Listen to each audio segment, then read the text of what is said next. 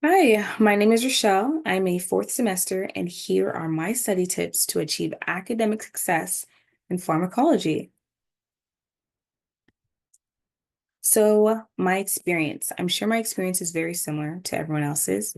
I absolutely failed the first exam, was so terrified that I had to look out for, new study methods, um, other people to study with. And it wasn't until I did that when I started to see like improvement in my gradually see improvement in my exam scores and my grade overall. So I did start off pharmacology with a D. Yeah, guys, it was pretty bad.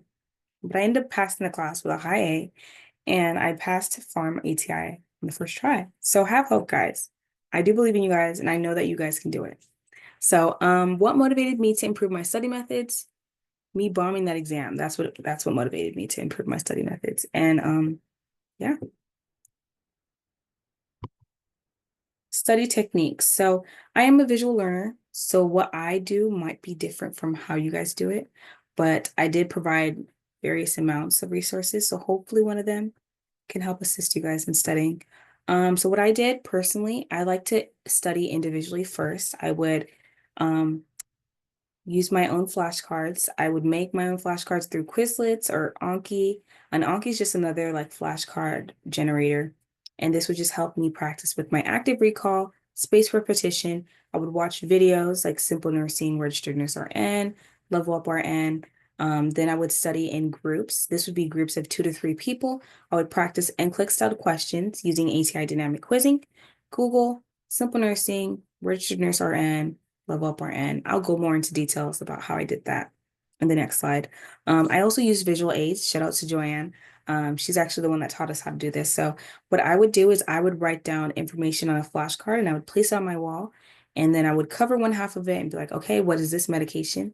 Then on the other half where I was covering, it would be the what the medication is, mechanism of action, side effects, black box warning, the antidote, the lab values that I need to look out for, all those things. And it wasn't just for every medication. It wasn't for every medication.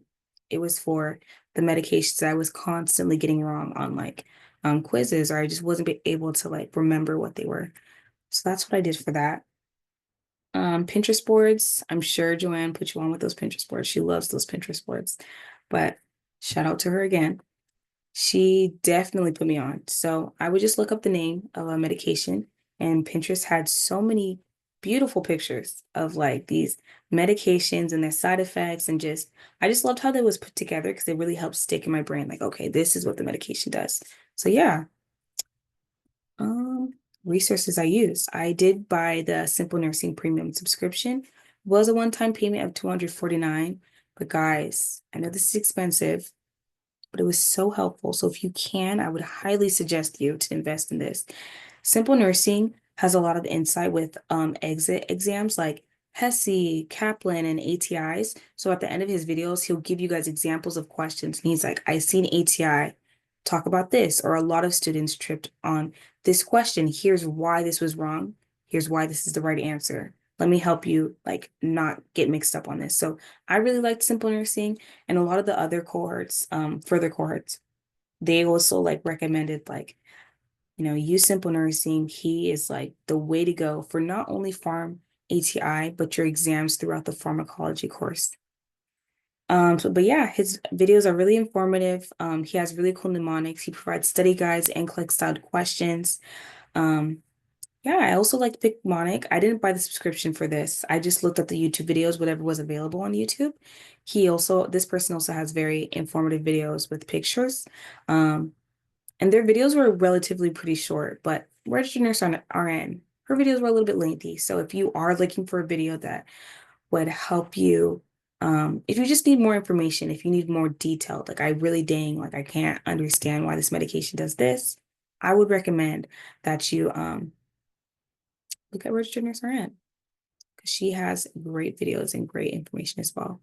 Level Up RN, she had these really cool chicken hints, which helped you memorize the medication or like the side effects of it. Anything that you'd be like, "Oh, gosh, I don't know how I'm going to remember this medication, this information about the medication. Level Up RN is your girl. She will help you memorize that. She also had these flashcards. I was given it by my mentor, and they were helpful. I wouldn't say it was that big of a, difference, but if you are a flashcard person and you like them to be made for you, then you would probably like these flashcards. Yeah, with Level Up RN, she also had questions at the end of her videos, which were really helpful. And then she would share personal stories about her experience taking the medication or how she's seen a patient in the hospital respond to a medication, which was very helpful as well. Just being able to apply those stories to what you learned. So more resources, Anki flashcards. It's kind of hard to explain like how to use it and how it's way better than Quizlet, but basically it's just flashcards that you make on your own and it helps with active recall, spaced repetition. So I really liked it. If you do get the app on the phone, it does cost money, but if you get it on the laptop, it's free. And yeah, it's just a flashcard generator. Osmosis provides a lot of cartoony videos. And one thing I really like about the videos that I provided you guys is that they're not boring. So you're not going to fall asleep from them. They're really fun, colorful. And if you're a visual learner, I'm sure you're going to like this. Yeah, Pinterest, like I said before, looking at the drug medication, and there's going to be a whole bunch of pictures that helps you with understanding the medication. Also looking up Nurse in the Making Pharmacology. Nurse in the Making, she's her own like she has her own like book and everything. But I'm sure you have to pay for her book. But if you look it up on Pinterest, it's free. Work easier, guys. Yeah, physical flashcards. I'm sure I mentioned this previously, but I would write down like information placed on the wall. And that was really helpful for me. I would write down therapeutic ranges for drugs, antidotes, black box warnings, and even lab values that, nurses would need to check for a specific medication. So how I studied before class, this would change, just depending on my schedule. If it looks a little bit busier, then I probably wouldn't do as much. But for the most part, I would look at the modules, and usually Joanne would have like a video posted on the modules that would prepare us for class. So I'd watch those videos. I would go over her slides. I would take notes on things that I was like, "Ooh, I don't know what this is." Then I would, if I needed more assistance, I would go on the ATI book and read the chapters. Um, and then the book that we had, I'm not sure if we still have the same book, but there were key points at the end of each chapter. Those were really helpful. I would do all these things 2 days before class just so I could come in with that, foundational knowledge so I know what I'm walking myself into. And then after class, every week, me and my study group would book a study room and study for 2 hours. And at Stan's library, there's like a whiteboard wall, so you could write on the wall. So that was really helpful for me and my study group. How I prepared for exams, me and my study group would book a study group from the weekend before the exam. And we would study long hours. So like 10 a.m. to 5 p.m., obviously taking breaks in between, but we would like come in with like making our own questions for each other. So let's say we're studying for cardiovascular medications, right? I would come in with my own like questions. How am I going to quiz them? Like, are they going to know about this side effect? If I do have this side effect, how can I treat this side effect? So just being able to quiz each other on that and really solidify the information on our brains. Yeah, so we would go over what we were confused on, show each other the mnemonics we learned. ATI settings. Guys, if there's anything you take away from my presentation, please let it be the ATI dynamic quizzing. So with ATI dynamic quizzing, the way that they word the questions is so similar to the actual exam. So just getting in the practice of like, okay, how does ATI word their questions? How are they trying to trick me in this? How are they not trying to, just getting used to those questions. Also, the rationales were very important. So I would really recommend that you guys take notes on those rationales, because when you answer a question on ATI dynamic quizzing, they'll tell you why a multiple choice was wrong and then give you more information. So just taking note of that, really looking at the information that they provide. Um, yeah. Practice and application. So I know with being at clinicals, you really just want to get out of there and write your care plan. And I get it, guys. I do. But it's so important to look at the medications you're giving, and really to understand, like, okay, why am I giving this medication? Why is my patient on a restriction, fluid or salt restriction? What interventions is my nurse doing that's important? And like, why is this patient receiving a stool softener for this medic? So just paying attention to those little things, because you will it's going to help a lot because, they're real life scenarios and you're applying them. So when you are taking an exam, you're like, okay, I know this medication because I gave it when I was at the hospital. Making cool mnemonics with classmates and quizzing each other. So I always like to make the goofiest mnemonics because I always said the goofier the mnemonic, the easier it is to remember it. So try to get as silly as possible with these mnemonics, guys, because they're really helpful. Teaching one another what a drug does. So I really liked being in a study group because when we teach one another, it was helpful. There's going to be things that you don't understand, but your classmates can understand, especially with class. So I'm going to understand something that they don't understand. So when you guys come together and teach each other, it just, I don't know, it does something. So I would really recommend that, you guys teach one another um, when you're in a support group. I'm sorry, a study group. Um, Also, what I like to do is I like to look up case studies on Google's. And this wasn't for every medication I did, but it was for one of those medications that I felt like I couldn't really understand. So, yeah, looking up the case studies, looking up the medication for a case study. And you just looked up like cardiovascular medication case study or like the specific medication case study. And they would give you really great examples and then they would give you the answer to it too. So you see where you get better knowledge in that. Grouping up the medication by suffixes and prefixes. So this is a really good example. I'm so sorry, guys. It's really blurry, but it gives suffixes and the medications that connects with that. So that was really helpful. Um, yeah, did I get everything I did? Yeah. Time management and preventing breakouts. Oh no, preventing burnout. So sorry, guys. Bear with me here.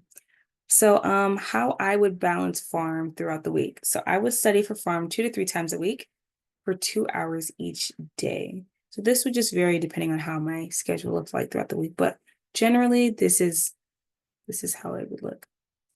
Study schedule tips. I highly recommend you guys using the Pomodoro technique.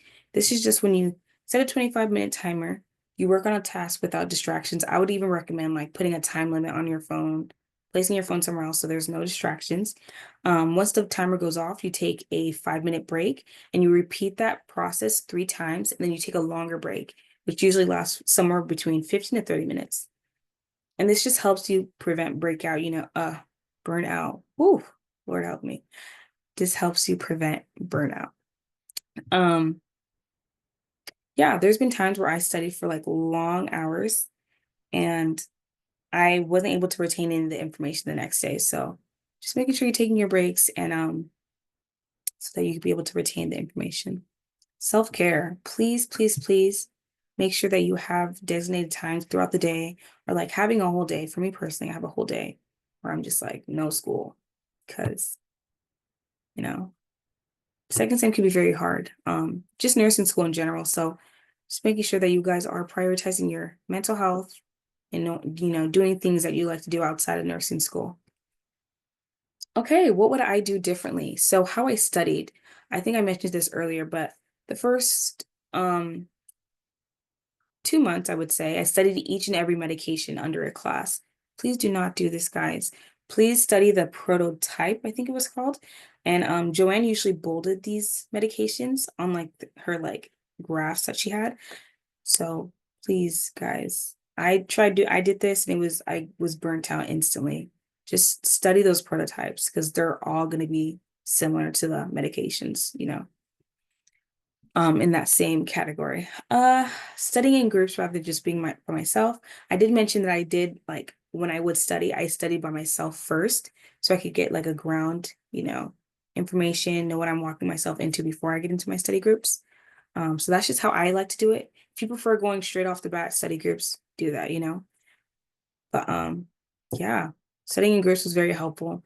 We also like to form like study guides for ourselves too, and like notes, and we would share with one another. So that was really helpful too. Using positive reinforcement, get your guys some boba after you're done studying or after you're done doing an Anki flashcard or like Quizlet. It's nice to treat yourself with something after you do one of these assignments because it is hard work and it does take a lot. So make sure you guys are treating yourself after that.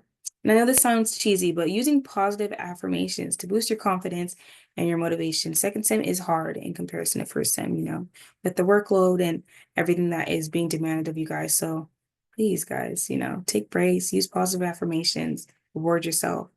It's going to be very helpful for your mental health. Um, and using outside resources like all those YouTube resources that I provide you guys with, and like using Google to find like NCLEX style questions. And don't be afraid to reach out to other students. One thing I really like about our nursing program is how helpful we are with one another. So please, if you see me in the hallway and you're like, I did not understand what you said in the slide, stop me and ask me, because I would love to help you guys. And I'm sure all the other students within this program will love to answer your guys' questions as well. Well, that is my presentation. Thank you guys so much. I really hope this was helpful. Here's my contact information, so don't be afraid to ask for help and reach out to me if you need anything, even if it's just encouragement. I'm here for you guys, and I understand the stress. So yeah, I hope this was helpful, and good luck with pharmacology.